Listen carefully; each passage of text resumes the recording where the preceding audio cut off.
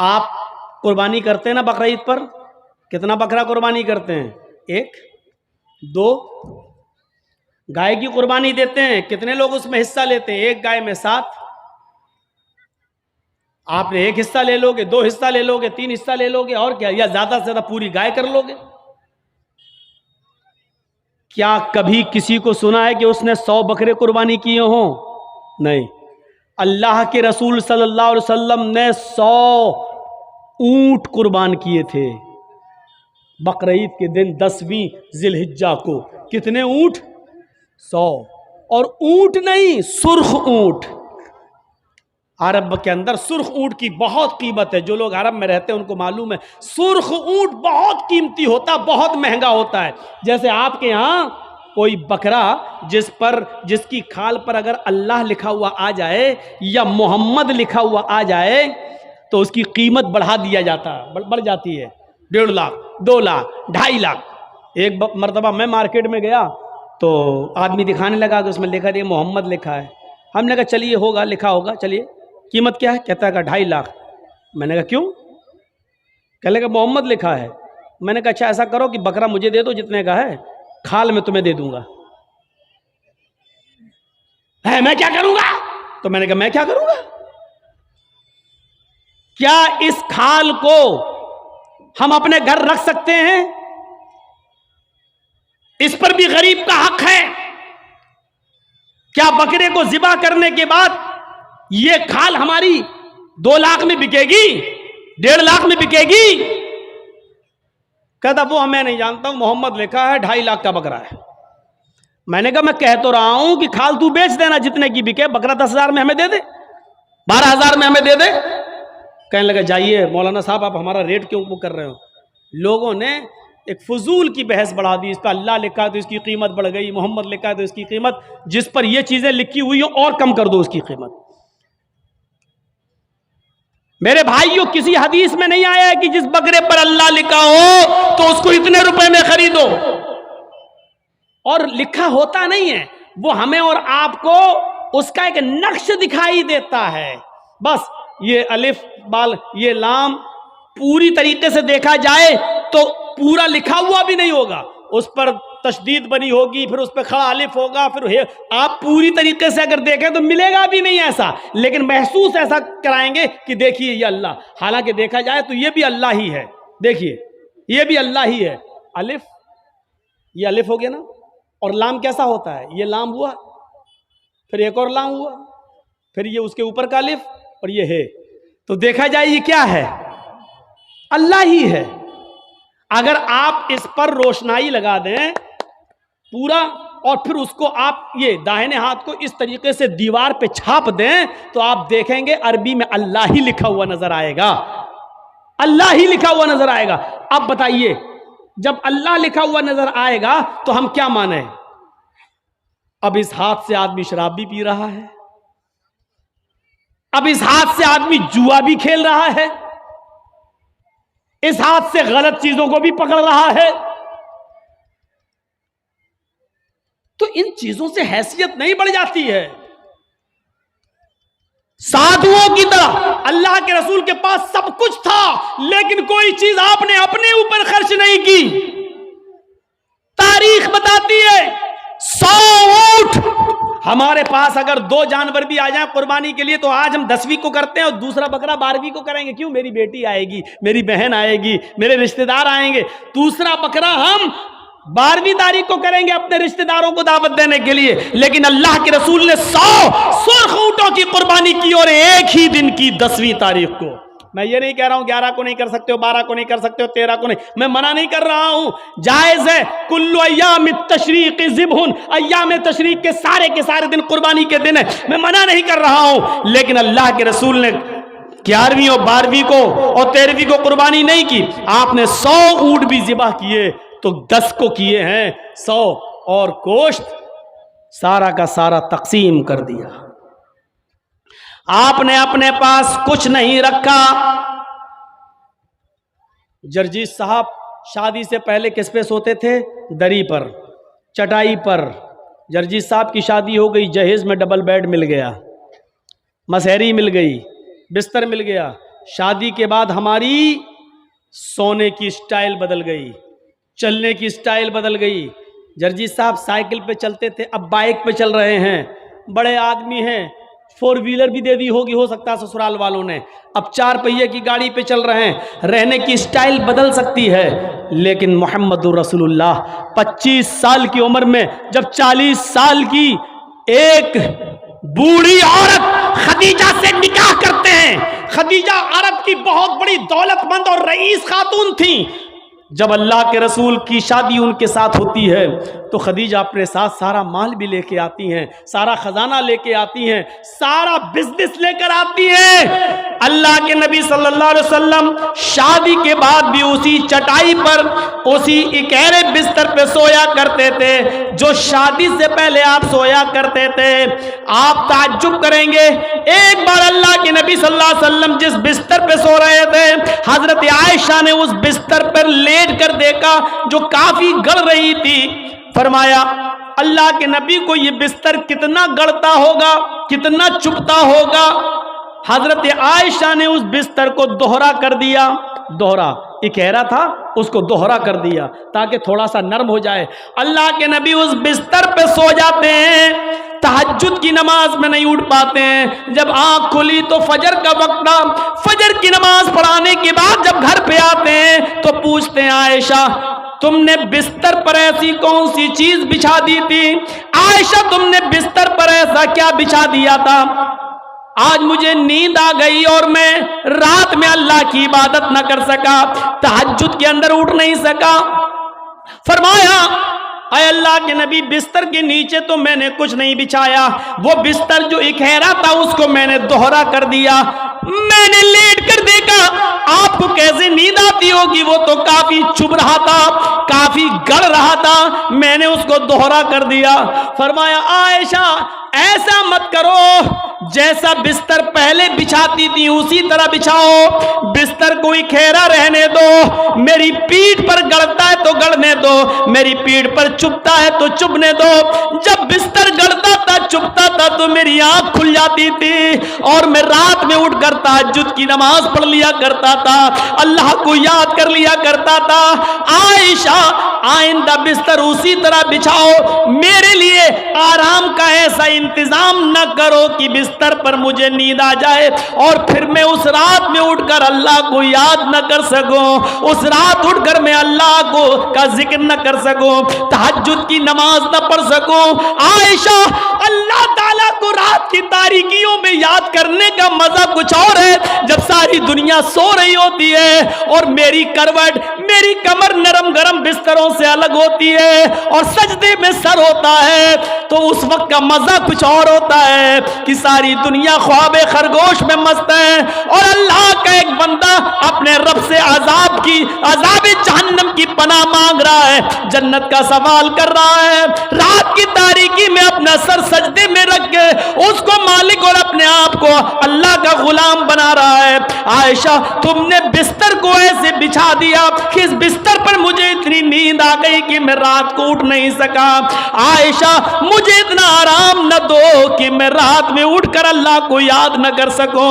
رہنے سہنے میں شادی کے بعد بھی کوئی فرق نہیں آیا، یہاں تو شادی کے بعد بستر بدل جاتے ہیں، رہن سہن کی سٹائل بدل جاتی ہے، رہنے سہنے کا طریقہ بدل جاتا ہے، اس میں پرموشن ہو جاتا ہے، ترقی ہو جاتی ہے۔ لیکن محمد رسول اللہ کی زندگی پہ نظر ڈالو کہ اللہ کے نبی نے شادی سے پہلے جس بستر پہ لیٹتے تھے شادی کے بعد بھی اسی بستر پر، جبکہ خدیجہ کی دولت نبی کے قدموں پہ تھی، لیکن اللہ کے نبی نے خدیجہ کی دولت کو اپنے اوپر استعمال نہیں کیا۔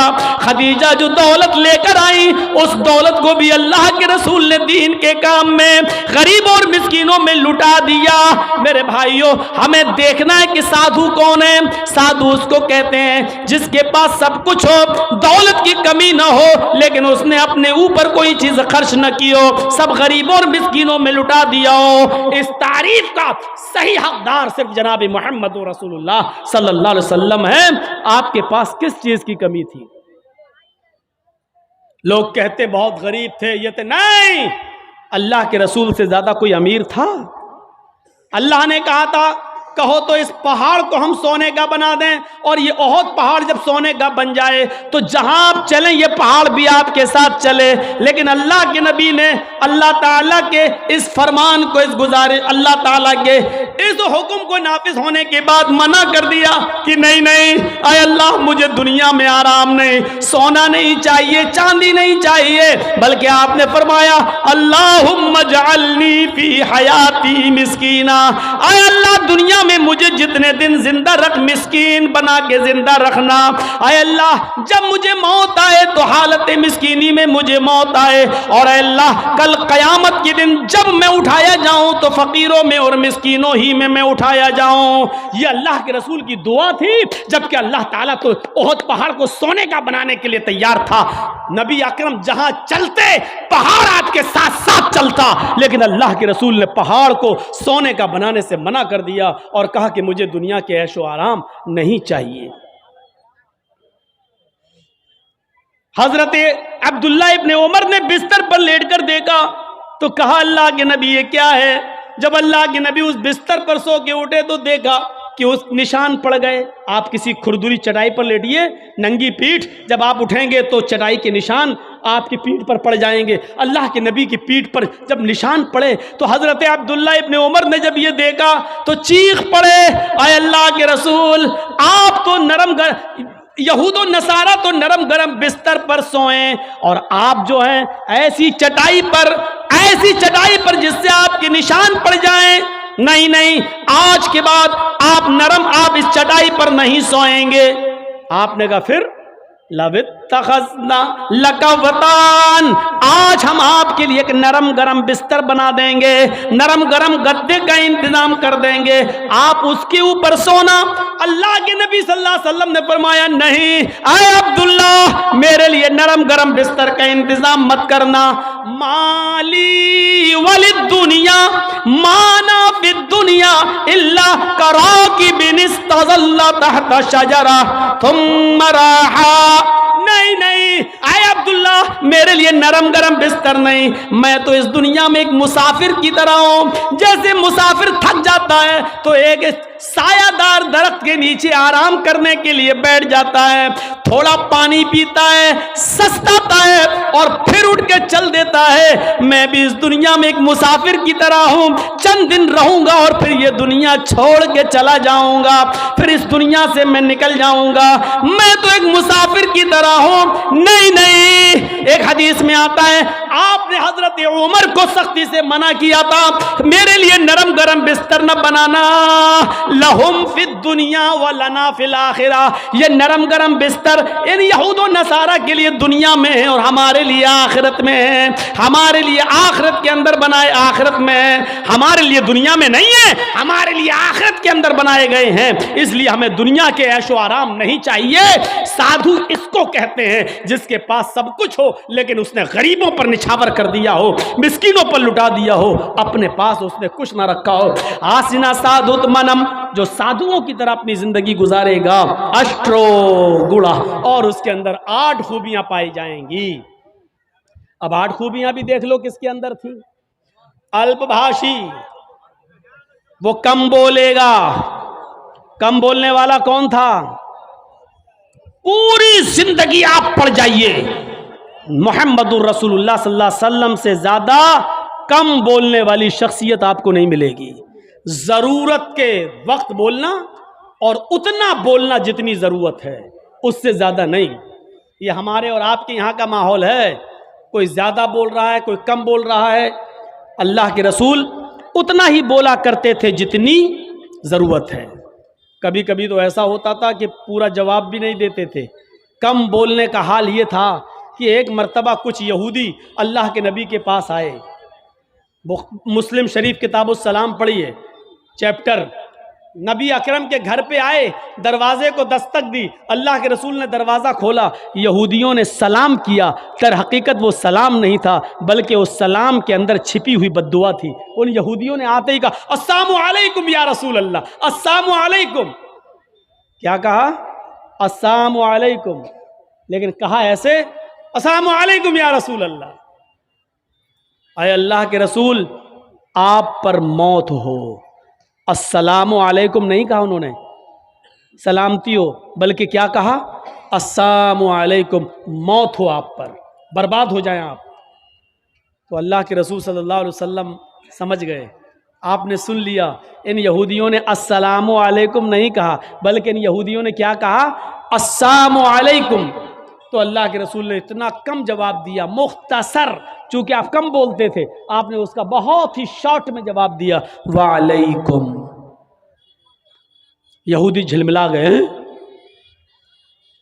یہودیوں نے کہا السلام علیکم، موت ہو آپ پر، آپ نے اس کے جواب میں صرف اتنا کہا وعلیکم، تم پر ہو، یعنی جو تم مجھ پر بھیج رہے ہو وہ تم پر ہو۔ حضرت عائشہ نے جب سنا تو انہوں نے اندر سے پردے کی اوٹ سے چیختے ہوئے کہا وعلیکم السلام یا یہود ولعنت اللہ، اے یہودیو میرے شوہر پر تم موت بھیجتے ہو، تم پر موت ہو اور اللہ کی لعنت ہو۔ تو اللہ کے رسول نے حضرت عائشہ کو ڈانٹا تھا اور کہا تھا عائشہ یہ تم نے غلط کیا، عائشہ تمہیں ایسا نہیں کرنا تھا۔ حضرت عائشہ نے کہا اللہ کے رسول آپ نے سنا نہیں، آپ پر موت بھیج رہے ہیں وہ۔ اللہ کے نبی نے کہا عائشہ کیا تم نے سنا نہیں میں نے ان کو کیا جواب دیا؟ انہوں نے کہا السلام علیکم، میں نے کہہ دیا وعلیکم، جو انہوں نے مجھ پر بھیجا میں ان کو بھیج چکا ہوں، میں ان کو بول چکا ہوں، تم نے اپنی طرف سے زیادتی کی ہے، غلط کیا، جاؤ معافی مانگو تم۔ میرے پیارے ساتھیو تصور کریں آپ اللہ کے نبی کتنا کم بولتے تھے۔ کم بولنے کو اپنی عادت بنائیے، ضرورت کے تحت بولیے، کیونکہ زبان سے ہی اکثر گناہ ہوتے ہیں، زیادہ زبان استعمال کرو گے پھسلے گی۔ اس لیے حضرت ابو بکر صدیق کبھی کبھی کان میں مسواک لگاتے تھے، یہ مسواک، نماز کا ٹائم ہوا مسواک کیا پھر کان میں لگا لیا۔ اس مسواک کو ایک بار اپنے داہنے ہاتھ میں پکڑے اور زبان کھینچ رہے تھے ایسے، اور مسواک زبان پہ مار رہے تھے ایسے۔ حضرت عمر نے کہا یہ کیا کر رہے ہو؟ کہا اس زبان کو سزا دے رہا ہوں۔ کہا کس بات کی؟ یہی زیادہ بولتی ہے، اس کو اوقات میں رکھ رہا ہوں، اس کو بتا رہا ہوں دیکھ اگر زیادہ بولنے کا کام تو نے کیا تو تیری پٹائی لگے گی اس مسواک سے۔ ایسا میں اس لیے کر رہا ہوں تاکہ زبان ہماری کنٹرول میں رہے، کیونکہ اکثر لوگ جہنم میں زبان کی وجہ سے جاتے ہیں۔ یہی وجہ تھی کہ اللہ کے نبی صلی اللہ علیہ وسلم نے جنت میں جانے والے لوگوں کی جب ایک لسٹ تیار کی تو ان نوجوانوں کو نہیں بھولا، فرمایا آئے نوجوانوں تم مجھے دو چیزوں کی ضمانت دو، تم مجھے دو چیزوں کی ضمانت دو، میں تمہیں جنت کی ضمانت دیتا ہوں۔ من یضمن لی، کون ہے جو مجھے دو چیزوں کی ضمانت دیتا ہے؟ تم مجھے دو چیزوں کی گارنٹی دو، میں تمہیں جنت کی گارنٹی دیتا ہوں۔ صحابہ نے پوچھا اللہ کے نبی وہ دو چیزیں کیا ہیں؟ آپ نے فرمایا الفم والفرج، ایک منہ، ایک زبان، اور دوسری شرمگاہ یعنی زناکاری۔ تم مجھے ان دو چیزوں کی ضمانت دے دو کہ میں زبان سے جو بھی بولوں گا سچ بولوں گا، کبھی جھوٹ نہیں بولوں گا، کبھی کسی کی غیبت نہیں کروں گا، کبھی کسی کی برائی نہیں کروں گا، کبھی کسی کی چغلی نہیں کروں گا، کبھی کسی کو تکلیف نہیں پہنچاؤں گا، اور دوسری اس بات کی گارنٹی دے دو کہ میں کسی کی ماں بہن بیٹی پر غلط نظر نہیں ڈالوں گا اور اس کو کبھی غلط نظر سے نہیں دیکھوں گا، زنا نہیں کروں گا۔ تم اپنی ان دو چیزوں کی ضمانت دے دو، جو مجھے ان دو چیزوں کی ضمانت دے گا میں اس کو جنت کی ضمانت دیتا ہوں، یعنی وہ میرے ساتھ جنت کے اندر جائے گا۔ زبان کی وجہ سے اکثر لوگ جہنم میں جاتے ہیں، اور دوسری شرمگاہ زناکاری کی وجہ سے جہنم کا شکار ہوتے ہیں لوگ۔ تو میرے پیارے ساتھیوں اللہ کے رسول بہت کم بولا کرتے تھے، اور کم بولنے کا حکم بھی دیا کرتے تھے کہ لوگوں ضرورت کے تحت بس بولو، زیادہ مت بولو۔ بہو بھاشتا، مستقبل کی باتیں بتائیں گے، اس میں کوئی شک نہیں کہ اللہ کے نبی نے بھوشیہ کی بہت سی باتیں بتائیں، مستقبل کی بہت سی باتیں بتائیں، قرب قیامت ایسا ہوگا، ایسا ہوگا، ایسا ہوگا، لیکن آپ نے اپنی طرف سے کچھ نہیں بتایا۔ ما ينطق عن الهوى ان هو الا وحی یوحى، میرے نبی اپنی طرف سے کچھ نہیں بولتے، وہ جو کچھ بھی بولتے ہیں اللہ رب العالمین کی طرف سے وحی کے آ جانے کے بعد۔ لیکن مستقبل کی باتیں بتائیں، یہ بات تھی کہ نہیں؟ دیکھیے اللہ کے نبی نے 1400 سال پہلے فیوچر کی یہ بات بتائی تھی جو آج حرف بحرف ثابت ہو رہی ہے. نساؤن کاسیاتن عاریاتن ممیلاتن ومائلات. ایک ایسا زمانہ آ جائے گا، ایک ایسا زمانہ آ جائے گا کہ تم دیکھو گے لوگوں کو، تم دیکھو گے عورتوں کو، تم دیکھو گے لیڈیز کو، تم دیکھو گے خواتین کو، تم عورتوں کو دیکھو گے کاسیات، دیکھنے میں تو وہ کپڑے پہنے ہوئے دکھائی دیں گی، بظاہر تو ان کے جسم پر کپڑا ہوگا. عاریات، لیکن حقیقت میں وہ برہنہ ہوں گی، حقیقت میں وہ ننگی ہوں گی. کپڑا تو پہنیں گی لیکن کپڑا پہننے کے باوجود وہ ننگی ہوں گی، وہ برہنہ ہوں گی. آج ان کے کپڑے دیکھ لو، چھوڑیے شادیوں کا حال، جلسے میں آنے والیوں کو دیکھ لو. عید اور بقرعید کے دن عورتوں کے پہناوے دیکھ لو، اور اپنی جوان بچیوں کو دیکھ لو جن کی عمر 10 سال سے بڑی ہے. یاد رکھیے گا 10 سال سے بڑی لڑکی کے اوپر پردہ فرض ہو جاتا ہے. 10 سال سے بڑی لڑکی کا پھر سر کا ایک بال بھی کسی غیر مرد کو نہیں دکھنا چاہیے. ہماری نظروں میں بہت معمولی بات ہے، چھوٹی ہے. اللہ کے رسول نے فرمایا تھا جب تمہارا بیٹا 7 سال کا ہو تو اس کو نماز کا حکم دو، اور 10 سال کا ہو تو نماز کے لیے زبردستی کرو، نہ پڑھے تو اس کو مارو پیٹو. 10 سال کے بعد قرآن و حدیث کے سارے احکام نافذ ہو جاتے ہیں. آج کل 10-11 سال کی لڑکیاں بالغ ہو رہی ہیں. ٹی ویوں پر سیریل ایسے آ رہے ہیں، موبائلوں میں ایسی ایسی واہیات چیزیں یوٹیوب وغیرہ پر، فیس بک پر آ رہی ہیں کہ ان کو دیکھ کر ہماری لڑکیاں جو کبھی 16-17 سال میں بالغ ہوتی تھیں آج 11-12 سال کی عمر میں بالغ ہونے لگی ہیں. عریانیت پھیل چکی ہے، شرم و حیا طاق پر رکھی جا چکی ہے. ورنہ تصور کیجئے ایک کپڑا جو جسم سے چپکا ہو، آپ کے پیروں سے چپکا ہوا ہو، اور وہ کپڑا آپ کے گھٹنے اور ران سے ہوتے ہوئے آپ کی کمر تک آئے، جس کو آپ لیگی کہیں، اور اس کے اوپر ایک کرتی پہن لی جائے اور اس طریقے سے مارکیٹ میں بازار میں شاپنگ کی جائے. ایسی عورت کو آپ کی نظر میں فیشن پرست کہا جا سکتا ہے، لیکن محمد الرسول اللہ کی نظر میں یہ لڑکی، یہ عورت ننگی ہے، ننگی ہے، ننگی ہے. یہ کپڑے اے بھیا، جس کو جانا ہو جلدی جاؤ یہاں سے، اور جس کو اٹھنا ہو ابھی اٹھ جاؤ. ڈرامہ کر کے رکھ لیا ہے. اور بھی ابھی جس کو جانا ہو چلے جاؤ، ابھی بعد میں نہیں اڑنے دوں گا، چاہے پیشاب یہی نکل جائے. جائیے ابھی نکل جائیے جس کو جانا ہو. عاریات ہماری نظروں میں فیشن پرست ہیں، لیکن اللہ کے رسول نے ایسی عورتوں کو کیا کہا؟ ننگی. میں نے نہیں کہا. پوچھو ان علماء سے عاریات کا مطلب کیا ہوتا ہے. کاسیات کپڑے پہنیں گی، عاریات لیکن ننگی ہوں گی.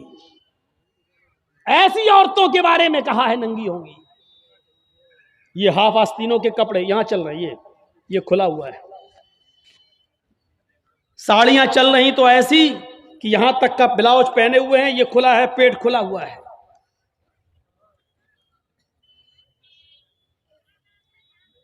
اور جو چند برقعے اب چل بھی رہے ہیں بہار بنگال میں، پہلے تو چلتے نہیں تھے، تو اب برقعوں میں بھی ڈیزائن چلنے لگی ہے. کڑے ہوئے برقعے، ڈیزائن دار برقعے. اب ایک بات بتائیے، برقعے کو آپ ایک تو ڈیزائن دار بنا رہے ہیں، اور دوسرا جب عورت یا لڑکی جب برقع اوڑھتی ہے تو سینے پر پھول بنا دیے آپ. یہ بتائیے یہاں پھول بنانے کی کیا ضرورت تھی؟ جب وہ پہنتی ہے تو پھول سینے پر، اور وہ لڑکی نے یہ برقع خریدا کیوں؟ اس کا مطلب کیا ہے کہ وہ بھی اس لیے خرید رہی ہے تاکہ میرے پھولوں پر نظر. یہ سننا پڑے گا، تمہیں نہیں تمہارے باپ کو بھی سننا پڑے گا. جب تک میں اس کرسی پر ہوں، یہ اتھارٹی، یہ پاور مجھے اسلام نے دیا ہے، سننا پڑے گا. کیوں خریدا ہے اس نے یہ برقع؟ یو پی سائڈ میں آ جاؤ، لکھنؤ کے برقعے دیکھ لو، بمبئی کے دیکھ لو، حیدرآبادی برقعے دیکھ لو. قسم خدا کی اب برقعے نہیں رہ گئے. اب 60 سال کی بڈھی بھی اوڑھ لے تو ایسا لگتا ہے جیسے وہ 18 سال کی لڑکی جا رہی ہے. یہ برقعے ایک بار سچا واقعہ ہے. 60 65 70 سال کی بڑھیا ایسا ہی برقع اوڑھ کے چہرہ چھپا کے جا رہی تھی دھیرے دھیرے. بھائی بڈھی تھی، وہ دھیرے دھیرے چل رہی تھی، تو ایک لڑکا اس کا پیچھا کرنے لگا. 20-22 سال کا لڑکا اس بڈھی کا پیچھا کرنے لگا، کیونکہ جو سوچنے لگا برقع اتنا خوبصورت ہے تو برقعے کے اندر کتنا خوبصورت مال ہوگا، برقعے والی کیسی ہوگی. اس کا پیچھا کرنے لگا. بڑھیا دھیرے دھیرے چل رہی، لڑکا سمجھ رہا مجھے لفٹ دے رہی، میری وجہ سے دھیرے دھیرے چل رہی، جبکہ وہ اپنی کمزوری کی وجہ سے دھیرے دھیرے چل رہی. بڑھیا سمجھ گئی کہ لڑکا میرا پیچھا کر رہا ہے، تو تھوڑی دور چلنے کے بعد اس نے اپنا نقاب کھولا اور اپنی تتلاتی زبان میں بولی، بیٹا. لڑکے کا تو موڈ خراب ہو گیا، کم بخت میرا تو معاملہ ہی گڑبڑ ہو گیا. بیٹا تو میرا پیچھا کیوں کر رہا ہے؟ میں تو تیری اماں کی عمر کی ہوں. لڑکے کو بھی غصہ آ گیا، کہتی بات میں اپنے لیے نہیں اپنے ابا کے لیے ڈھونڈ رہا ہوں. اب 60 65 70 سال کی بوڑھیوں کو ایسے خوبصورت برقعے پہننے کی کیا ضرورت؟ برقعوں کا مقصد جو کبھی تھا پردہ، لیکن آج ان کا مقصد بھی وہ نہیں رہ گیا. اللہ کے نبی کے زمانے میں ایک صحابیہ اللہ کے نبی کے پاس آتی ہیں، مسند احمد کی صحیح روایت، جن کی چادر کپڑے سے نیچے، ٹخنے سے نیچے، چپل سے نیچے زمین کی مٹی اڑاتی ہوئی آتی اور کہتی اللہ کے رسول میں اس چادر کو اوڑھ کر نماز پڑھنے جاتی ہوں. آپ نے کہا چادر اتنی نیچی ہونی چاہیے. اس نے کہا اللہ کے نبی کبھی کبھی زمین پر پیشاب و پائخانہ پڑا ہوتا ہے، گندگی پڑی ہوتی ہے، تو کیا میں تھوڑی سی اوپر کر کے پائخانہ گندگی کو کراس کر کے آگے نکل جاؤں؟ آپ نے کہا نہیں، دائیں سے نکل جا، بائیں سے نکل جا. کہنے لگی دائیں بھی مرد بیٹھے ہوتے ہیں، بائیں بھی مرد بیٹھے ہوتے ہیں، مجھے اسی گندگی کے اوپر سے نکلنا ہے. اے اللہ کے رسول اجازت دے دیجئے، میں تھوڑا سا اوپر کر لوں اور نکل جاؤں، اس کے بعد نیچے کر لوں گا. جب گندگی کو کراس کر لوں گی تو چادر میں نیچے کر لوں گی. اللہ کے نبی کہتے ہیں اگر مرد دائیں بیٹھے ہیں بائیں بیٹھے ہیں تو اسی گندگی کے اوپر سے نکل جا. کہنے لگی اللہ کے رسول وہ گندگی میری چادر میں لگ جائے گی، آپ مجھے اوپر اٹھانے کی اجازت نہیں دے رہے ہیں، ٹخنے سے اوپر، چپل سے اوپر چادر اٹھانے کی اجازت کیوں نہیں دے دیتے؟ آپ نے کہا نہیں، چادر اٹھانے کی اجازت، چپل سے بھی اوپر چادر اٹھانے کی اجازت نہیں دوں گا. کہا اللہ کے رسول پھر اس چادر میں پیشاب و پائخانہ لگ جائے گا. آپ نے کہا لگ جانے دے. کہنے لگی اے اللہ کے رسول اسی چادر کو تو اوڑھ کر میں نماز پڑھتی ہوں مسجد میں. جب اوپر عورتوں کا الگ انتظام ہوتا ہے یا پردے میں عورتوں کا انتظام ہوتا ہے تو میں اسی چادر کو اوڑھے اوڑھے نماز پڑھتی ہوں. آپ نے کہا اسی چادر کو اوڑھ کر نماز پڑھ لے. کہنے لگی اس میں پیشاب و پائخانہ لگ جائے گا، کیا اسی اور چادر کو اوڑھ کر نماز پڑھ لوں؟ آپ نے فرمایا ہاں. اے عورت جب پیشاب و پائخانہ تیری چادر میں لگے گا، جب تو آگے بڑھے گی تو تیری چادر زمین پر پڑی ہوئی مٹی سے رگڑ کھائے گی، کیونکہ تیری چادر نیچے ہے. جب پیشاب و پائخانہ اس میں بھر جائے گا، جب تو آگے بڑھے گی تو زمین پر پڑی ہوئی مٹی پر تیری چادر رگڑ کھائے گی، اور زمین پر پڑی ہوئی مٹی سے رگڑنے کی وجہ سے زمین کی پاک مٹی تیری چادر کو پاک کر دے گی. لیکن تجھے چادر اٹھانے کی اجازت نہیں، اسی چادر میں تو نماز پڑھ لے. گندگی لگتی ہے تو لگ جانے دے، آگے بڑھے گی تو زمین پر پڑی ہوئی پاک مٹی تیری چادر کو پاک کر دے گی. میرے بھائیوں پیشاب و پائخانہ دیکھ کر بھی اللہ کے رسول نے عورت کو چادر اٹھانے کی اجازت نہیں دی. میری بہنوں تمہارے دل کیسے گوارا کر لیتے ہیں؟ جلسوں میں بھی چوڑیاں خریدنے کے لیے لیے, بیلونز خریدنے کے لیے, جلیبیاں خریدنے کے لیے تم کس طریقے سے لیڈیز پنڈال سے نکل کر تم بازاروں میں گھوم لیتی ہو. شرم آنی چاہیے. تمہارے کلیجے اور تمہارے دل کیسے گوارا کر لیتے ہیں کہ لڑکے اور لڑکیاں ایک جگہ شاپنگ کریں, دکانداری کریں, خریداری کریں. یہ تمہارے کلیجے, تمہارے ضمیر کیسے گوارا کر لیتے ہیں. جبکہ اللہ کے نبی فرماتے ہیں لا یخلون رجل بامرأۃ الا کان ثالثہما الشیطان. کوئی مرد کسی عورت سے تنہائی میں نہ ملے, کوئی مرد کسی عورت سے اکیلے میں نہ ملے کہ اس میں تیسرا شیطان ہوتا ہے, اس میں تیسرا بہکانے والا شیطان ہوتا ہے. میرے بھائیوں, اسلام کا قانون یہی ہے, اسلام کا نظام یہی ہے. ایک عورت, اس کا شوہر مر چکا ہے, عورت کے پاس بہت زیادہ پیسہ ہے, وہ حج کرنا جانا چاہتی ہے, شوہر انتقال کر گیا, اب عورت اکیلے حج کرنے نہیں جا سکتی ہے, جبکہ مستطیع ہے, صاحب استطاعت ہے, حج کرنے جانا چاہتی ہے, اچھا کام کرنے جانا چاہتی ہے. اسلام کہتا ہے کہ تیرا شوہر نہیں ہے تو بھائی کے ساتھ جا, بھائی نہیں ہے تو باپ کے ساتھ جا, باپ نہیں ہے تو بیٹے کے ساتھ جا, لیکن کسی محرم کا ہونا ضروری ہے, اس کے ساتھ جا. چیخ کر عورت کہتی ہے کوئی نہیں ہے, میرے پاس دولت ہے. اللہ کے نبی کہتے ہیں پھر دولت سنبھال کر اپنے پاس رکھ. اگر تیرا بھائی نہیں ہے, بیٹا نہیں ہے, شوہر نہیں ہے, باپ نہیں ہے, کوئی محرم نہیں ہے تو تو اکیلے حج کرنے نہیں جا سکتی ہے. نہیں, اے اللہ کے نبی, میرا پڑوس میں بڑا اچھا نیک حاجی نمازی نیک آدمی رہتا ہے, میں اس کو بھائی بنا لیتی ہوں, چلی جاؤں. فرمایا نہیں نہیں, منہ بھولے بھائی کو بھائی بنا کر اس کے ساتھ تم حج کرنے نہیں جا سکتی ہو, اس لیے کہ اپنے منہ سے کسی کو بھائی بولنے سے وہ تمہارا سگا بھائی نہیں ہو جائے گا, اپنے منہ سے کسی کو بیٹا بول دینے سے وہ بیٹا نہیں ہو جائے گا. تم کسی کو بیٹا بول دو, بھائی بول دو, جو چاہو بول دو, لیکن اسلام یہ کہتا ہے کہ اس کے ساتھ بھی عورت کو اجازت نہیں ہے کہ وہ حج کرنے جائے. اگر کوئی نہیں ہے تو مت جاؤ, لیکن اسلام اس بات کی اجازت نہیں دیتا ہے کہ تم اکیلے جاؤ یا کسی کو بہن, کسی کو بھائی یا بیٹا بنا کر جاؤ, اس بات کی اجازت نہیں دیتا. اسلام ایک عبادت میں, حج جیسی عبادت میں بھی عورت کو کسی غیر مرد کو منہ بولے بھائی اور منہ بولے بیٹے کے ساتھ بھی جانے کی اجازت نہیں دیتا. تو میرے بھائیوں, جب خانہ کعبہ میں جانے کی اجازت نہیں دیتا ہے, صفا مروہ کی سعی کی اجازت نہیں دیتا ہے, اتنی خوبصورت عبادت کی اجازت نہیں دیتا ہے, تو بازاروں میں اکیلے گھوم کر شاپنگ کرنے کی اجازت کیسے دے گا؟ پھر بازار کے اندر عورت کو اکیلے جانے کی اجازت کیسے دے گا؟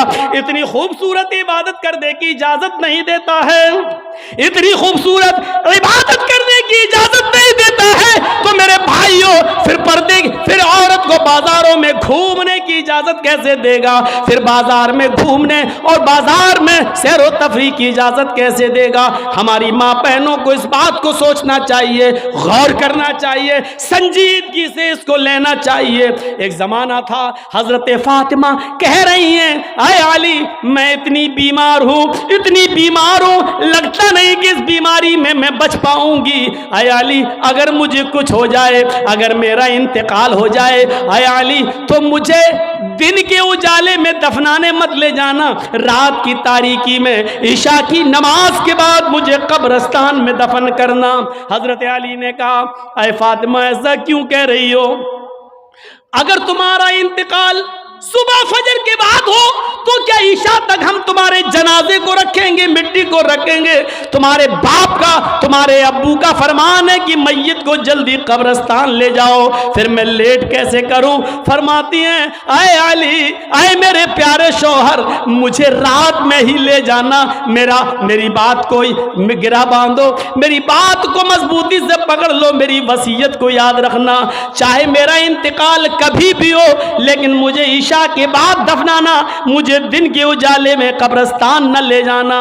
اے علی, میں نہیں چاہتی ہوں کہ میرے مردہ جسم پر پڑے ہوئے کفن پر بھی کسی غیر مرد کی نظر پڑے. میں اپنے کفن پر بھی کسی غیر مرد کی نظر نہیں پڑنے دینا چاہتی ہوں. اے علی, مجھے رات میں لے جانا, دن کے اجالے میں نہیں. میں نہیں چاہتی کہ میرے کفن پر بھی کسی غیر مرد کی نظر پڑے. میرے بھائیوں, انتقال کے بعد نکاح جائز نہیں ہے, انتقال کے بعد شادی نہیں ہوتی ہے, لیکن انتقال کے بعد بھی اپنے جسم کو تو چھوڑو, اپنے کفن کو بھی کسی غیر مرد کو دیکھنے کی اجازت نہیں دے رہی ہیں. یہ تھا حضرت فاطمہ کا پردہ. اس پردے کی روشنی میں میری بہنوں, اپنے گریبانوں میں جھانک کر دیکھو, اپنے گریبانوں کے بٹن کھولو اور تلاش کرو ہم کہاں کھڑے ہیں, ہمارا پردہ کیا ہے, ہماری عزت و آبرو کیا ہے. آج ہمارے چہروں کو ہرگز و ناقص دیکھ رہا ہے. کل تک ہمارے ان خوبصورت گالوں کو کبھی آسمان کی نگاہوں نے بھی نہیں دیکھا تھا, چاند و ستاروں نے بھی نہیں دیکھا تھا, اور آج جو چاہتا ہے دیکھ لیتا ہے. ہرگز و ناقص جس کو چاہو آج وہ بڑی آسانی سے ہماری بہنوں بیٹیوں کا دیدار کر رہا ہے. اور ایک اور بات, جتنا امیر باپ ہے, جتنا بھی باپ امیر ملے گا آپ کو, آپ دیکھیے گا اس کی بیٹی اتنے ہی کم کپڑے پہنے ہوئے ہوگی. کس بات کا امیر ہے تو, کاہے کا امیر ہے تو؟ اپنی بیٹی کو 5 میٹر کا کپڑا لا کر نہیں دے سکتا ہے تو کاہے کا امیر ہے تو؟ کنجوس اور بخیل باپ. اللہ تعالیٰ نے ان امیروں کو ایسی سزا دی ہے, ایسی سزا دی ہے. کل تک یہ غریبوں کی لڑکیوں کو ڈانس کرایا کرتے تھے, آج اللہ تعالیٰ نے ان امیروں کی لڑکیوں کے جسموں سے کپڑے اتار کر ان کو لوگوں کی نظروں کو دیدار کرنے پر مجبور کر دیا. آج ان امیروں کی لڑکیوں کے جسموں سے کپڑے اتروا کر آج غریب ان لڑکیوں کو دیکھ رہے ہیں, ان کا نظارہ کر رہے ہیں. آج امیروں کو اللہ نے یہ سزا دی ہے. آج وہ فیشن سمجھتے ہیں کہ میری بیٹی فیشنیبل کپڑے پہنے ہوئے ہیں. نہیں میرے بھائیوں, آپ اپنی بہنوں کے ذمہ دار ہیں. اللہ کے نبی نے فرمایا کہ جس لڑکی کا باپ جس کی بیٹی بے پردہ گھومے وہ باپ دیوس ہے, جس کی بہن بے پردہ گھومے وہ بھائی دیوس ہے, جس کی بیٹی بے پردہ گھومے وہ باپ دیوس ہے, جس کی بیوی بے پردہ گھومے وہ شوہر دیوس ہے. غور کرو کتنے صاف لفظوں میں اللہ کے نبی نے فرمایا, جس کی بہن بے پردہ گھومے وہ بھائی دیوس, جس کی بیٹی بے پردہ گھومے وہ باپ دیوس, جس کی بیٹی بے پردہ گھومے وہ باپ دیوس, جس کی بیوی بے پردہ گھومے وہ شوہر دیوس.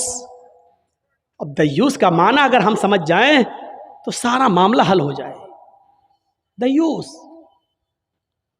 دیوس کا یہ تو عربی لفظ ہے نا, اس کا اردو میں ترجمہ ہوتا ہے, سننے کی طاقت ہے, سنیں گے. دیوس کا مطلب ہوتا ہے بھڑوا, اور بھڑوا کس کو کہتے ہیں بتانے کی ضرورت نہیں, جانتے ہوں گے. بھڑوا کہتے ہیں اس کو جس نے اپنی بہن, بیٹی یا بیوی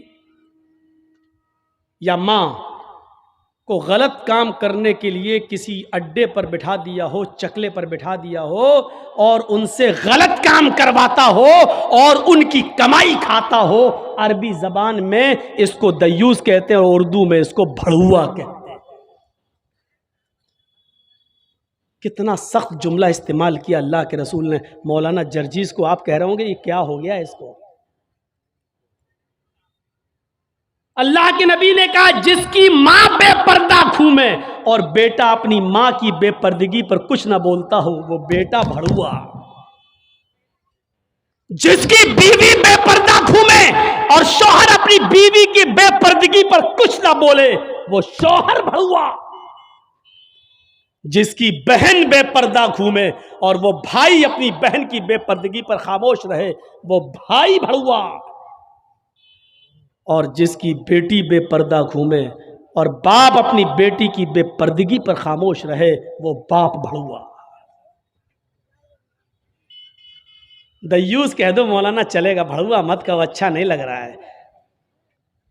ہم کب کہہ رہے ہیں کہ اچھا لگ رہا ہے؟ ہم کو اچھا لگانا کب ہے؟ جب اچھا ہی لگنے لگے تو فائدہ کیا ہے؟ انجیکشن ایسے لگاؤ درد نہ ہو۔ باسا ایسا ہو سکتا ہے کہ انجیکشن لگے اور درد نہ ہو؟ انجیکشن بھی لگوانا چاہتے ہو اور درد بھی نہیں چاہتے ہو، تب تو ہومیوپیتھک دوا لے لو، میٹھی گولیاں کھا لو جو مرنے کے بعد فائدہ کرتی ہے۔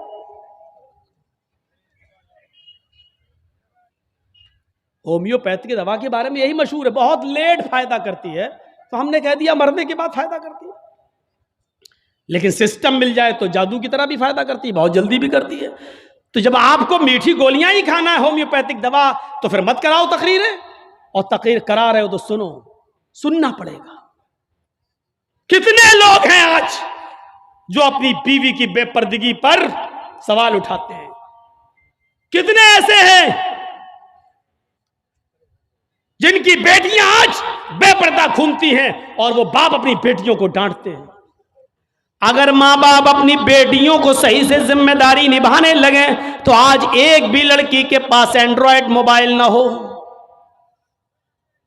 ہماری 18-20 سال کی لڑکی جس کی شادی نہیں ہوئی گھر پہ رہتی ہے، اس کے ہاتھ میں اینڈرائڈ موبائل، چیخ چیخ کے بتا رہا ہے کہ باپ کی تربیت میں کمی ہے، باپ اپنی بیٹی پر پورا کا پورا حکمراں نہیں ہے، حاکم نہیں ہے، یا یہ کہہ رہا ہے بیٹی کے ہاتھ میں وہ اینڈرائڈ موبائل چیخ چیخ کے کہہ رہا ہے یہ باپ نہ کہہ رہا ہے، بیٹی کے آگے باپ کی نہیں چل رہی ہے، باپ مجبور ہو چکا ہے۔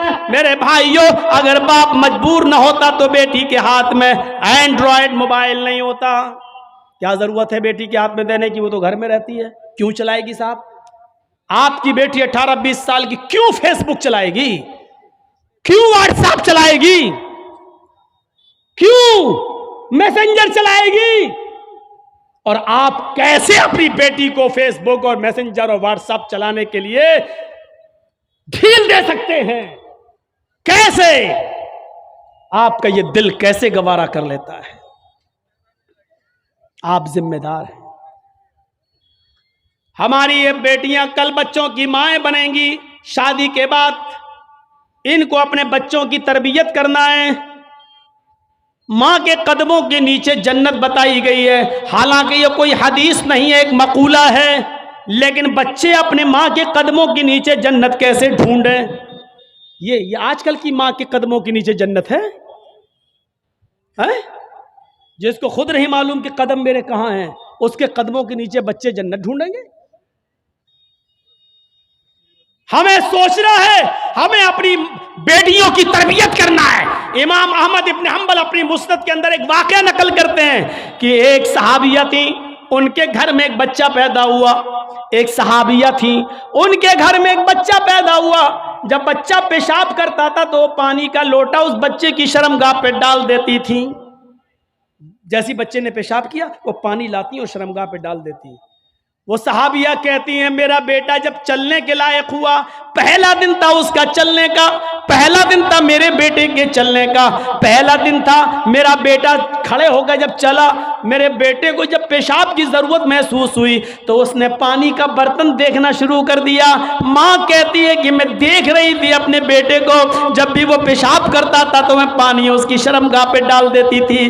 آج دیکھتی ہوں میرا بیٹا چل رہا ہے، دیکھتی ہوں یہ کیا کرتا ہے۔ جب بیٹا پہلا دن چلنے کے لائق ہوا، پہلا دن تھا، تو بیٹے نے پانی کا پیالہ اٹھایا اور دونوں ہاتھ سے پکڑ کر دھیرے دھیرے چلا اور ایک کونے میں جا کر بیٹھ گیا، پیشاب کیا، اور پیشاب کرنے کے بعد وہ پانی کا پیالہ اپنی شرمگاہ پہ ڈالنے لگا۔ اس کو استنجا کرنا نہیں آتا تھا، اس کو دھونے کا تمیز بھی نہیں معلوم تھا، اس کو پتہ ہی نہیں، لیکن وہ ویسا ہی کر رہا ہے جیسی اس کی ماں نے اس کو بتایا، جیسے اس کی ماں اس کے ساتھ کر دیتی تھی۔ وہ پانی کا پیالہ اٹھا کر اپنی شرمگاہ پہ ڈال لیا اور خالی پیالہ لے کر اپنی ماں کے پاس آ گیا۔ ماں کی آنکھوں میں آنسو آ گئے، آسمان پر نظر ڈال کر کہتی ہے فزت برب القیامہ الکعبہ، کعبے کے رب کی قسم میں کامیاب ہو گئی، اللہ کی قسم میں کامیاب ہو گئی، اپنے بچے کو جو سکھانا چاہتی تھی میرے بچے نے وہ سیکھ لیا، میں اپنے بچے کو جو تربیت دینا چاہتی تھی میرے بچے نے وہ تربیت حاصل کر لی۔ مجھے امید ہے کہ میرا بچہ کبھی ناپاک نہیں رہے گا، میرا بچہ جب بھی پیشاب کرے گا تو پانی ضرور لے جائے گا اور استنجا کرے گا۔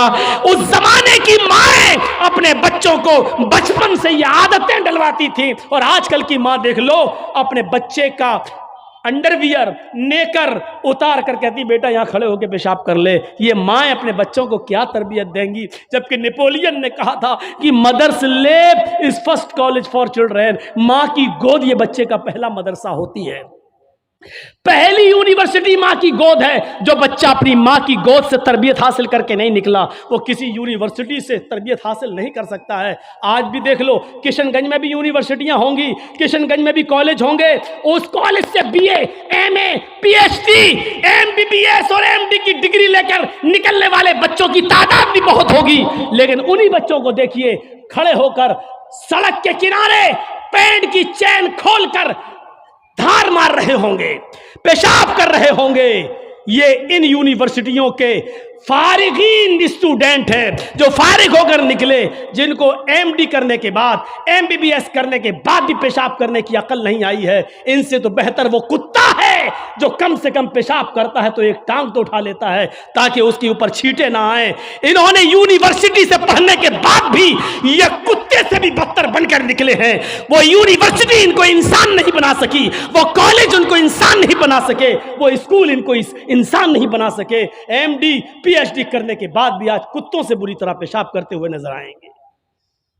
کہہ لینے دیجئے مجھے کتا، گدھا، جو کچھ بھی بولتا ہوں میں سب، آج مجھے اجازت دیجئے میرے بھائیوں، کہو کہ جانوروں کی اجازت مت بولو، ہم لوگ انسان ہیں، قرآن نے بھی جانوروں کی مثالیں دی ہیں۔ اولئک کالانعام بل ہم اضل، یہ چوپایوں کی طرح ہیں بلکہ ان سے بھی زیادہ گئے گزرے۔ قرآن نے کہا ہے یہ چوپایوں کی طرح ہے بلکہ ان سے بھی زیادہ گئے گزرے، ان سے بھی زیادہ گئے گزرے۔ جب قرآن نے مثال دی ہے تو ہم کیوں نہیں مثال دے سکتے ہیں؟ اپنے بارے میں سوچو، سوچو۔ عبد القادر جیلانی بغدادی رحمت اللہ علیہ کی تاریخ کون نہیں جانتا؟ جن کو آج لوگ بڑے پیر صاحب کے نام سے بھی جانتے ہیں، جن کے نام پر 11ویں کی بریانی کی دیگ بھی بناتے ہیں۔ وہ عبد القادر جیلانی جب 12 سال کے تھے ان کی ماں نے ان کو ایک قافلے کے ساتھ بھیجا تھا، کہا بیٹے حالات کتنے بھی سخت ہوں لیکن جھوٹ کبھی مت بولنا۔ اور جب چوروں نے اور ڈاکوؤں نے جب اس قافلے کو لوٹا تو اس بچے سے پوچھا عبد القادر سے، تیرے پاس بھی کچھ ہے؟ اس نے کہا ہاں ہے۔ کہا کیا ہے؟ 40 اشرفی۔ کہاں ہیں؟ میرے کرتے کے استر میں۔ استر کو پھاڑ کے دیکھا تو 40 اشرفی ملی۔ پوچھا بیٹا یہ تو ایسی جگہ چھپی ہوئی تھی کسی کو پتا نہیں، تو نے کیوں بتا دیا؟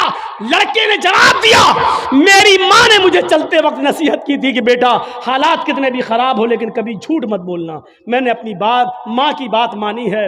چوروں کا، ڈکیتوں کا، ڈاکوؤں کا اثر ختم ہوتا ہے اور رونے لگتے ہیں اور کہتے ہیں یہ بچہ اپنی ماں کی اتنی بات مانتا ہے کہ ایسے موڑ پر بھی اس نے اپنی ماں کی نافرمانی نہیں کی، ہم تو اپنے رب کی نافرمانی کر رہے ہیں۔ سارا سامان جو لوٹا تھا سب کو واپس کر دیا اور سارے کے سارے چوروں نے، ڈاکوؤں نے توبہ کر لی۔ میرے پیارے ساتھیوں، ایک بچہ جب اپنی ماں کا فرما بردار بنتا ہے اور ماں کی بات مانتا ہے تو ماں کی دعا تمام ڈکیتوں کو توبہ کرنے پر مجبور کر دیتی ہے۔ میرے پیارے ساتھیوں، یہ ماں کی تربیت تھی جس نے عبد القادر جیلانی کو ایک بزرگ کے روپ میں پیدا کیا ہے، ایک بزرگ کے روپ میں دیکھا ہے۔ یہ ماں کی تربیت تھی۔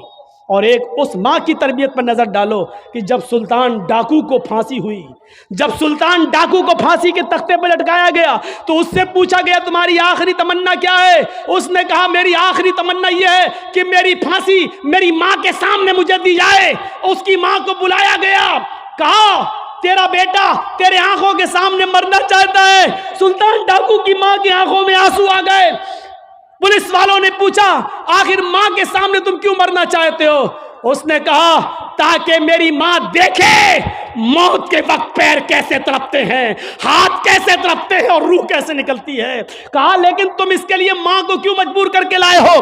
فرمایا پولیس والوں تم نہیں جانتے ہو، جب میں 8 سال کا تھا، 10 سال کا تھا، میری ماں نے مجھ سے ایک انڈا منگوایا تھا، میں ایک دکان پر گیا تھا، میں انڈا لینے گیا تھا، لیکن ایک انڈا میں نے چوری کر لیا تھا دکاندار کا، اور میں اس کو اپنی جیب میں بھر لیا تھا، پھر میں نے اس کے پیسے نہیں دیے تھے، واپس آ گیا، میں نے جب وہ انڈا اپنی ماں کو دیا اور پیسے بھی واپس کیے، ماں نے کہا کیا ہوا انڈے والے نے پیسے نہیں لیے؟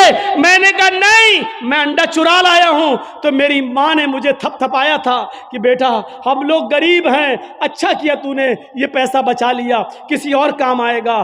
پھر یہی سے مجھے چوری کی عادت پڑتی ہے، میرے حوصلے بڑھتے ہیں، پھر میں ڈاکو بنتا ہوں، پھر میں نے لوگوں کا مال لوٹا، اور جب لوگوں نے نہیں دیا تو میں نے ان کی جانیں لی، پھر میں بہت بڑا لٹیرا بن گیا، اور اتنا بڑا لٹیرا بنا کہ پکڑا گیا اور قانون نے مجھے پھانسی کی سزا دی۔ اگر میری ماں نے مجھے انڈا چراتے وقت جب میں گھر پہ لایا تھا اسی وقت ایک تھپڑ مارا ہوتا اور انڈے والے کو دے کر معافی مانگ لی ہوتی تو آج میں اتنا بڑا چور نہیں بنتا، آج اتنا بڑا میں ڈاکو نہیں بنتا، آج میں اتنا بڑا لٹیرا نہیں بنتا۔ یہ میری ماں کی تربیت تھی جس نے مجھے پھانسی کے تختے پر چڑھا دیا۔ میرے بھائیوں میرا بھی وقت ہو گیا ہے، اس لیے میں تھوڑا سا بس جملے ختم کرنے والا ہوں، آپ تھوڑا سا بیٹھے رہیے، اسی طریقے سے موبائل جلائے رہیے۔ تو میرے بھائیوں ماں کی تربیت ہی کچھ ہوا کرتی ہے، ماں چاہے تو اپنے بچے کو ڈاکو بنا دے، ماں چاہے تو اپنے بچے کو عبد القادر جیلانی بغدادی کی طرح بزرگ بنا دے، یہ ماں کی تربیت ہوتی ہے۔ میرے بھائیوں اس چیز کو یاد رکھیے، جگت پتی پورے دنیا کا محافظ رحمت للعالمین، ایک گھوڑا دیا جائے گا جو بجلی سے بھی زیادہ تیز رفتار سے چلے گا، دو چیزیں یاد رکھنا، ایک گھوڑا دیا جائے گا جو بجلی سے بھی زیادہ تیز رفتار سے چلے گا، ایشور کی طرف سے وہ گھوڑا ملے گا، اس کو دیا جائے گا جو پورے وشو کا رکشک ہوگا، پوری دنیا کا محافظ ہوگا۔ آسنا سادھمنم شٹیشوریا گلنویتا، اور جس کی زندگی سادھوؤں کے مانند سادھوؤں کے سامان گزرے گی۔ ایک ایک چیز پر ابھی میں بولوں گا۔ سادھو آسنا سادھمنم، سادھوؤں کی طرح وہ اپنی زندگی گزارے گا۔ شٹیشوریا گلنویتا، اور اس جگت پتی کے اندر 8 خوبیاں پائی جائیں گی، 8 گڑ اس کے اندر پائے جائیں گے، 8 خوبیاں اس کے اندر بھری ہوں گی۔ وہ 8 خوبیاں کیا ہیں؟ اشٹرو گڑا، وہ 8 خوبیوں کے نام گنائے۔ الپ بھاشی، وہ بہت کم بولنے والا ہوگا۔ ان 8 چیزوں کو یاد رکھ لیجئے گا۔ الپ بھاشی، وہ کم بولے گا، پہلی چیز۔ بہو بھاشی، بھوشیہ کی، مستقبل کی، فیوچر کی باتیں بتائے گا۔ گیانی، پڑھا لکھا، گیانی، بہت زیادہ علم والا ہوگا، ابھی اس کی تشریح کروں گا۔ شروتو گیانی، چوتھی خوبی، یہ علم اس کو سن کر ملے گا، یعنی اس نے کسی استاد سے پڑھا نہیں ہوگا۔ شروتو گیانی، یہ علم اس نے سن کر حاصل کیا ہوگا۔ شروتو گیانی، سن کر، 4 چیزیں ہو گئیں۔ پہلی چیز الپ بھاشی، کم بولے گا، 4 یاد رکھنا۔ ہم کسی کو بھی کھڑا کر کے پوچھ سکتے ہیں، اور جس کی گردن نیچے ہوگی اسی کو سب سے پہلے کھڑا کریں گے ہم۔ 4 چیزیں پہلے یاد کر لو۔ کم بولنے والا ہوگا، 1۔ فیوچر کی، مستقبل کی باتیں بتائے گا، 2۔ گیانی، بہت بڑا جانکار ہوگا، 3۔ شروتو گیانی، یہ چیزیں اس کو سن کر حاصل ہوں گی، یعنی شروتو گیانی، سن کر علم حاصل ہوگا۔ 4 چیزیں۔ اب 4 چیزیں یہاں دیکھو۔ پراکرمی، بہت بڑا بہادر ہوگا، پراکرمی، بہت بڑا بہادر ہوگا۔ دانی، خیرات کرنے والا ہوگا، اس کے پاس کوئی بھی چیز آئے گی رکے گی نہیں، وہ غریبوں میں خیرات کر دے گا، خیرات کرنے والا ہوگا۔ دانی، کرتگیہ، احسان کرے گا لوگوں پر لیکن اس احسان کو جتائے گا نہیں۔ 7ویں چیز، وہ احسان کرنے والا ہوگا لیکن احسان کر کے جتائے گا نہیں۔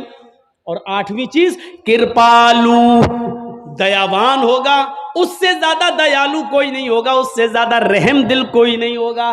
یہ 8 خوبیاں بتائی گئی ہیں، اور یہ 8 خوبیاں مہابھارت کے اندر بتائی گئی ہیں۔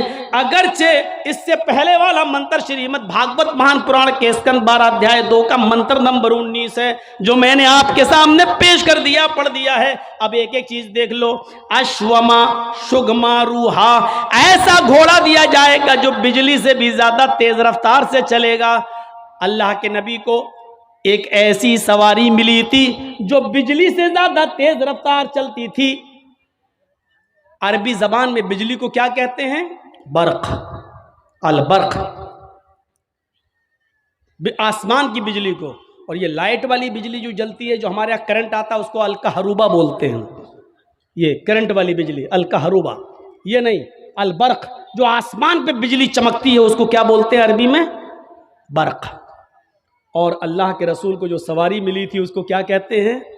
براق۔ برق سے بنا ہے براق۔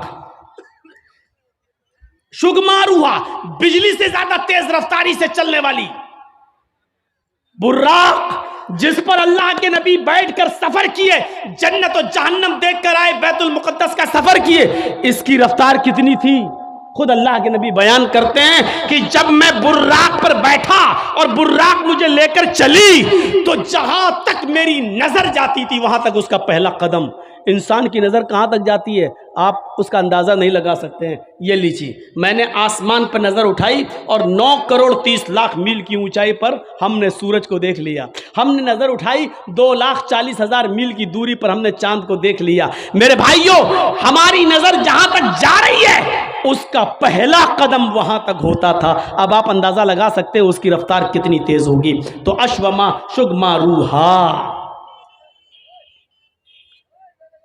بالکل وہی چیز، بجلی سے زیادہ تیز رفتاری سے چلنے والی سواری، یہ اللہ کے نبی کو ملی تھی کہ نہیں ملی تھی؟ دیودت اللہ کی طرف سے ملے گی، اللہ کی طرف سے ہی ملی تھی۔ لیکن براق پر بیٹھ کر سفر کر کے جنت جہنم دیکھ کر آنے کے بعد اللہ کے نبی نے زمین پر جب قدم رکھا تو یہ نہیں کہا کہ اب میں اونٹ کا سفر نہیں کروں گا، اب میں گھوڑے کا سفر نہیں کروں گا، میں تو براق میں بیٹھ کے آیا ہوں۔ جرجیس صاحب کو اگر 4 ویلر مل جائے تو اب موٹر سائیکل نہیں چلائیں گے۔ ارے نہیں، کیوں؟ 4 پہیہ چلانے کے بعد موٹر سائیکل، میری انسلٹ ہو جائے گی۔ جس کے پاس سائیکل ہو اور موٹر سائیکل بائک اس کو مل جائے، چاہے وہ بھیگ ہی میں کیوں نہ ملی ہو، لیکن اس کا گھمنڈ اتنا بڑھ جائے گا، بائک چلانے کے بعد سائیکل چلائیں گے۔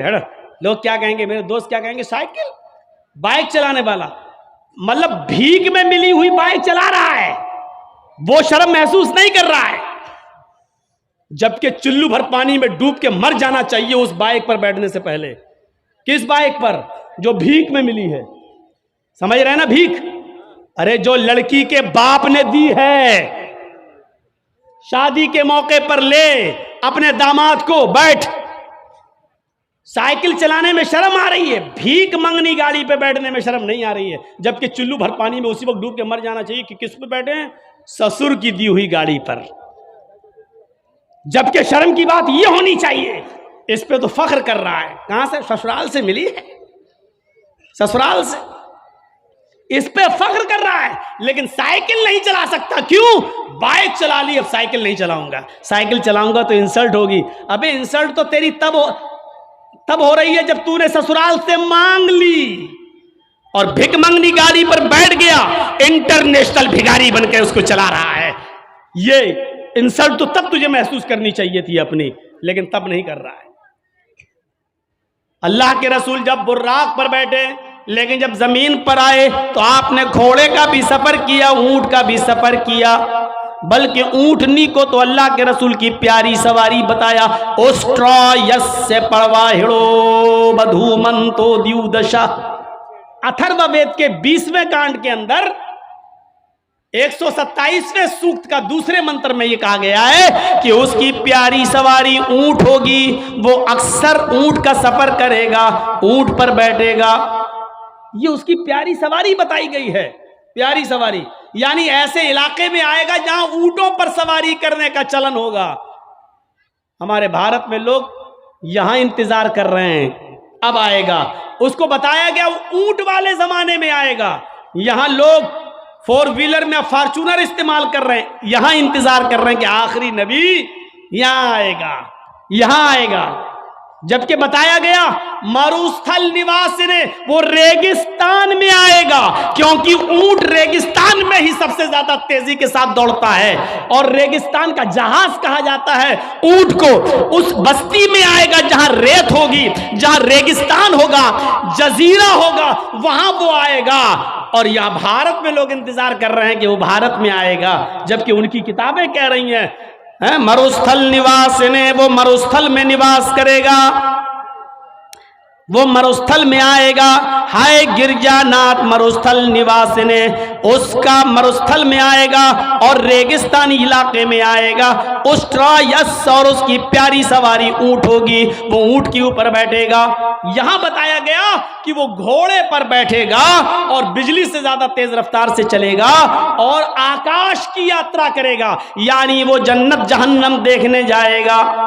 جگت پتی، اور یہ گھوڑا اس کو ایشور کی طرف سے، اللہ کی طرف سے ملے گا، جو پورے دنیا کا رکشک ہوگا، پوری دنیا کا محافظ ہوگا۔ یعنی یہ گھوڑا محمد الرسول اللہ کو، یہ براق محمد الرسول اللہ کو دی جائے گی۔ آسنا سادھودمنم، اور وہ سادھوؤں کی طرح اپنی زندگی ویتیت کرے گا، سادھوؤں کی طرح اپنی زندگی گزارے گا۔ سادھو کس کو کہتے ہیں یہ سوچ لیجئے۔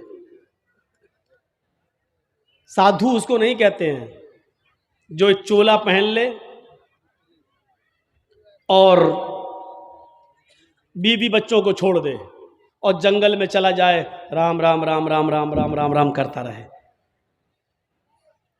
اسی طریقے سے ہمارے مسلمانوں میں بھی ایک طبقہ پیدا ہوا جس کو صوفی کہا جاتا ہے۔ وہ تسبیح ہاتھ میں لیتے ہیں اور اللہ اللہ، کبھی کبھی جھٹکا مارتے ہیں، کبھی دیکھیے گا آپ جھٹکے ماریں گے، اللہ اللہ اللہ ایسے کریں گے۔ کبھی چمٹا لے لیں گے اپنے ہاتھ میں، چمٹی، ٹرینوں میں ملیں گے، اللہ اللہ اللہ، اس طریقے سے کریں۔ ایسا وہ محسوس کرائیں گے آپ کو کہ ہمارے اندر اللہ گھس گیا ہے، اللہ ہمارے نس نس میں ہے، اللہ اللہ، وہ جھٹکے ماریں گے۔ ایسے لوگ آپ کو جہاں ملیں ان کو الٹی چھری سے کاٹو، یہ دنیا کے سب سے بڑے حرام خور لوگ ہیں، قوم کے اوپر بوجھ بنے ہیں۔ ان سے پوچھو کھانا کہاں سے آئے گا، چپ، اللہ اللہ اللہ۔ ایک سے میں نے پوچھا بھائی کھانا کہاں، شام کو کھانا کہاں سے آئے گا، اللہ اللہ۔ ہم نے کہا رے سن لیا، اللہ اللہ، کھانا کہاں سے آئے گا شام کو، یہ تو بتاؤ، اللہ دے گا، اللہ اللہ اللہ۔ مطلب محلے والے ان کو کھانا پہنچاتے ہیں۔ یہ لوگ حرام خور لوگ ہیں، بیوی بچوں کو چھوڑے بیٹھے۔ بیوی بچوں کو چھوڑ کر کسی بھی جگہ چلے جانا میرے بھائیوں، اور عبادت میں مصروف ہونا، یہ سب سے بڑا اسلام کا، اسلامی دشمنی ہے۔ یہ اسلام دین معتدل ہے۔ معتدل جانتے ہو، اسلام نماز کا حکم تو دیتا ہے لیکن پورا دن اور پوری رات مصلی بچھا کے نماز پڑھنے کی اجازت آپ کو نہیں دیتا ہے۔ اسلام آپ کو روزہ رکھنے کا حکم تو دیتا ہے لیکن کنٹینیو اور مسلسل 12 مہینے ہر روز روزہ رکھنے کی اجازت آپ کو نہیں دیتا ہے۔ اسلام آپ کو زکوٰۃ دینے کا حکم تو دیتا ہے لیکن اپنا سارا مال اللہ کی راہ میں لٹا دینا اور خود فقیر بن جانا، غریب بن جانا، اس کی اجازت اسلام آپ کو نہیں دیتا ہے۔ اسلام آپ کو حج کی اجازت تو دیتا ہے کہ حج کیجئے، لیکن یہ نہیں کہتا کہ حج کرنے کے لیے تم اپنا گھر بیچ دو، اپنا مکان بیچ دو، اپنی دکان بیچ دو، لیکن حج کرو۔ حج کرنا جانا ضروری ہے، چاہے دکان بیچنا پڑے، چاہے مکان بیچنا پڑے، اسلام اس بات کی اجازت نہیں دیتا ہے۔